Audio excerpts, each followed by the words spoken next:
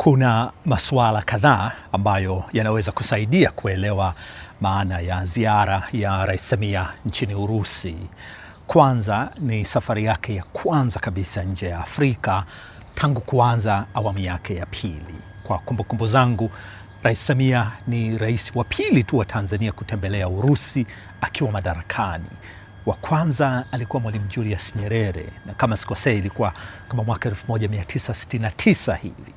Sasa katika ulimwengu wa diplomasia, hiyo si bahati mbaya na inatuma ujumbe wa kiwango au nia ya kuimarisha urafiki, uhusiano mwema na wa karibu, au hata uelekeo mpya wa sera ya mambo ya nje, pamoja na kipaumbele cha maslahi ya nchi kisiasa au hata kibiashara pia.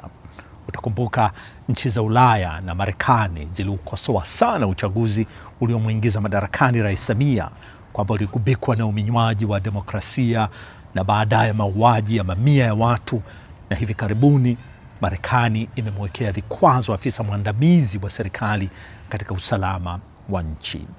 Lakini nchi hizi pia zimeendeleza mashinikizo kwamba mwenyekiti wa Chadema Tundu Lissu aachiwe huru na madai ya kupanuliwa zaidi kwa demokrasia nchini.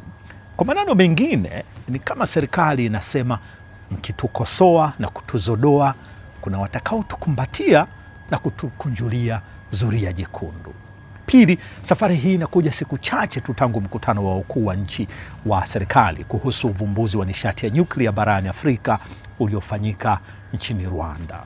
Sasa linapokuja suala la nyuklia, Urusi ni kinara wa dunia. Zungumzia kubuni, kujenga na kusambaza teknolojia hii. Yeye anaongoza hapo, kazi inayosimamiwa na shirika la umma la Rosatom. Sasa dunia imeona, na hasa Afrika na nchi zingine zinazoendelea hizi, kwamba utegemezi wa nishati ya mafuta kutoka Afrika Mashariki ya Kati si wa kuaminika. Mgogoro mmoja tu tena ambao hata haihusu Afrika umeshika kabali chumi ya hizi nchi, kupandisha gharama za maisha, kitu ambacho kinaweza hata kuyumbisha serikali na nchi kwa ujumla. Kwa hivyo, pamoja na mazungumzo mengi yanayoendelea hivi sasa ya kutaka kuchimba mafuta yake Afrika na viwanda vya kuchakata mafuta hayo, nchi hizi za Afrika inabidi zichangamke katika kupata vyanzo vingine vya uhakika katika kujidhatiti, hasa kinishati. Na nchi gani nyingine ya kwenda zaidi ya Urusi, vinara hawa wa nishati ya nyuklia? Lakini si kweli kwamba ni Tanzania tu ndio inanufaika na safari hii ya ziara hii ya Rais Samia huko Urusi.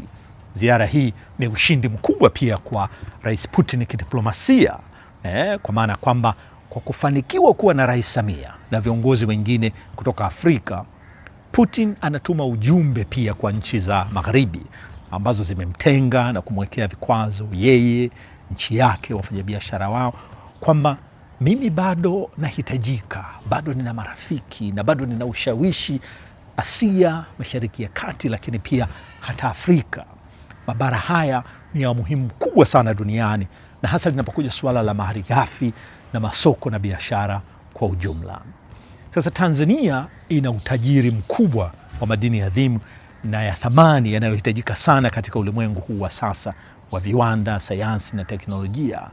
Kwa hivyo, kwa kuimarisha uhusiano na Tanzania, bila shaka Urusi pia inajitengenezea mazingira ya kunufaika kibiashara pia katika kupata madini hayo. Sasa tutarajie mwitikio gani kwa nchi za Magharibi? Wanaipokeaje ziara hii ya Rais Samia huko Urusi? Kwa hakika watakuwa wanauma meno na kuchapa vidole kweli kweli, na sidhani kama kuna kitu kingine kikubwa ambacho wanaweza kufanya. Lakini Marekani kwa mfano, chini ya utawala huu wa sasa wa Rais Donald Trump, imeamua kutekeleza sera ya mambo ya nje inayojipendelea yenyewe kwanza, halafu wengine baadaye. Inaitwa Marekani kwanza. Sasa kufungwa kwa mfano kwa shirika la misaada la USAID, kuwazuia takriban nusu ya Afrika kuingia Marekani, kuteka rais wa nchi nyingine, kuvamia nchi ambayo hata haijawachokoza. Hata kama vitendo na maamuzi haya ya Marekani yanaumiza wengine, kwa kuwa tu vitainufaisha Marekani, basi nchi hiyo imeamua haitajali tena wengine. Kwa upande mwingine, Ulaya, tangu tishio la Urusi kuvamia Ulaya, Ulaya nayo imegeuka na kujiangalia zaidi, kutatua mahitaji ya ndani zaidi kuliko kupeleka misaada nje, kupunguza misaada, kujiimarisha zaidi kiulinzi na kushughulikia masuala ya kiuchumi na kijamii yanayowakabili wao ndani kuliko nchi za mbali, na hasa katika mabara kama Afrika. Kwa hivyo si ajabu Rais Samia amekwenda Urusi mwanzoni tu mwa muhula wake wa pili, kwa sehemu kufidia masimango na kubagazwa huku na nchi za Magharibi, lakini kuhusu hali ya kisiasa na kidemokrasia kwa ujumla nchini, lakini pia kutafuta mbadala wa ushirika wa maendeleo na hasa katika uwekezaji, biashara za malighafi adhimu na nyanja zingine za nishati kama vile nyuklia, ambapo Urusi ni kinara wa eneo hili.